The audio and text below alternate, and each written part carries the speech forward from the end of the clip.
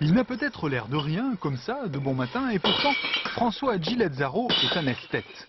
Et comme un esthète, il sait apprécier les bonnes choses. Nous avons un château aux Sorbet, Médoc 85. Un gros ermitage de Dararibo, vin entièrement fait de façon bio, mais au bon sens du terme. On a justement encore un troisième étage de tuiles de printemps, des vins, des vignes jeunes qui ne durent pas longtemps, il faut boire vite, et qui sont hyper fruités, super bons, de façon fort naturelle. Mais cet artiste n'a pas fait que goûter au plaisir de la bouche. En vérité, cet homme est un boulimique de la vie. Tiens, qu'est-ce que j'ai ce matin? Quel friton, putain, merde! J'ai une pêche d'enfer, ça va le faire, c'est la vie qui éclate. En 15 ans de carrière, François Gilazzaro ne s'est pas arrêté au simple banjo.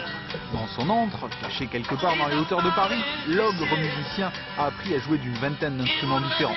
Cornemuse, orgue de barbarie, accordéon, guitare, et même un exemplaire de la trop méconnue dulcimer. De violons évidemment diverses et variées, et puis le dulcimer qui est vraiment typique d'un instrument qui est né en Europe de l'Est et aussi dans les Vosges. C'est la famille de l'épinette des Vosges qui, en traversant l'Atlantique, en allant dans les Appalaches, s'est transformé en dulcimer. Au total, depuis 1984, cet artiste hors norme aura participé à 18 albums. Souviens-toi. Aux côtés de Roland Topor ou des Garçons Bouchés, il aura donné quelques 900 concerts de par le monde. Mais c'est au fond de cette cour parisienne que François Gilazzaro investit aussi beaucoup de son énergie.